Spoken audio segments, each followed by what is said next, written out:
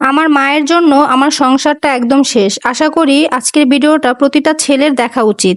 আমার বউকে আমার মা পছন্দ করে আনেন। মায়ের পছন্দ হলেও সে আমার বউ।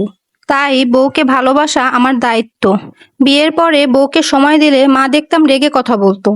মায়ের কথা বউকে মাথায় তোলা যাবে না। সারাদিন বউয়ের সাথে কিসের কথা? রাতে তো একসাথেই ঘুমোতে যাবি। মা এসব আবার আমার চাচির সাথে আলোচনা করতো। আর আমার একটা চাচাতো ভাই ছিল, সে আমাকে সব বলতো। আমি বুঝতে পারলাম বউকে সময় দেওয়া আমার মা একদমই পছন্দ করতেছে না। তাই দিনের বেলা আমার বউয়ের সাথে তেমন একটা কথা বলতাম না, একটু দূরে দূরেই থাকতাম। আমার মা বলতো বউরা সবার সঙ্গে একসাথে বসে খেলে সংসারের অমঙ্গল হয়। তাই আমি আমার বউকে বলতাম পরে খেতে। আমার মাও কিন্তু আমার বাবার স্ত্রী, কিন্তু মা কিন্তু বাবার সাথে ঠিকই খেত। আমার মায়ের বয়স প্রায় 55 হবে। আমি আমার মায়ের একমাত্র ছেলে। তাই মা আমাকে কখনো কারো সঙ্গে ভাগ করতে চাননি। আমিও আমার মাকে ভীষণ ভালোবাসি। আমি অবশ্য বিয়ে করতে চাইনি, তবে মায়ের জোরাজুরিতে বিয়ে করি। যেহেতু বিয়েটা মায়ের পছন্দে করেছি, তাই বউটাও আমার মায়ের জন্য। আমি এটাই বুঝেছিলাম। তাই মা যখন যা বলতো আমি তাই করতাম। বউকে নিয়ে কোথাও ঘুরতে যাব, মা অনুমতি দেয় না, তাই ঘোরাও আর হয় না। মা যা বলবে তাই হবে, কিন্তু এরপরেও হাজার হলেও তো বউ, একটু তো ভালোবাসতে ইচ্ছে করেই, বউকে একটু যত্ন করতেও ইচ্ছে করে। একদিন আমার বউ আমার কাছে বায়না করে সে দই খাবে। দই তার খুব প্রিয় ছিল। যদিও আমাদের বাসায় দই আনা হয় না, আমার মা বাবা কখনোই দই পছন্দ করে না, তাই বাসাতেও আনে না। তো সেদিন রাত্রে আমি আমার বউয়ের জন্য একটা দই নিয়ে আসি।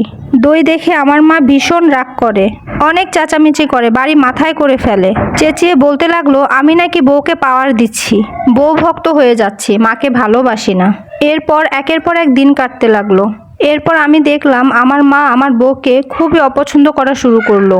তার প্রতিটা কাজই আমার মায়ের অপছন্দ ছিল। তার রান্নায় লবণ বেশি, তার কাজ পরিষ্কার না, ঘর ঝাড়ু দিলে ঘরের কোনায় ময়লা কেন, এগুলো নিয়ে মা সবসময় চেঁচামেচি করতো। সব সময় এগুলো নিয়ে ঝামেলা চলতো। রাতে যখন বাসায় আসতাম তখন আমার মা আমার বউয়ের নামে এক গাদা অভিযোগ দিত। যেহেতু আমি আমার মায়ের ছেলে, তাই মা যা বলবে তাই হবে। এক পর্যায়ে বিয়ের 7 মাস হয়ে গেল। এক পর্যায়ে মা বলল যে এই বউ আর ভালো লাগছে না, এই বউকে যেন আমি তালাক দেই। এর থেকেও সুন্দর মেয়ে দেখতেছে আমার জন্য, তার সাথেই নাকি বিয়ে দেবে। আমার বউ দেখতে শ্যামলা ছিল, তেমন একটা সুন্দর ছিল না, তাই তার প্রতি কখনো যত্ন নেওয়া হয়নি, তাকে ওইভাবে কখনো ভালোবাসাও হয়নি। যাই হোক, মায়ের কথায় বউকে তালাক দিয়ে দিলাম।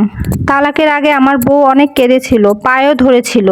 সে বারবার জানতে চেয়েছিল তাকে কি কারণে তালাক দিচ্ছি। আসলে আমি নিজেই জানি না তাকে আমি কেন তালাক দিচ্ছি। তাকে তালাক দেওয়ার একটাই কারণ ছিল, কারণ তাকে আমার মায়ের পছন্দ না, তাই তাকে তালাক দিতে হয়েছে। এর কিছুদিন পর 19 বছরের একটা ফর্সা সুন্দর মেয়ের সাথে আমার মা আমাকে বিয়ে দিলেন। আমার এই বউ অনেক সুন্দরী হওয়াতে আমি শুরুতেই তার প্রেমে পড়ে গিয়েছিলাম। প্রথম দিন থেকেই আমার মধ্যে একটা পরিবর্তন আসতে শুরু করলো, আর আমার মা সেটা একদমই পছন্দ করেননি।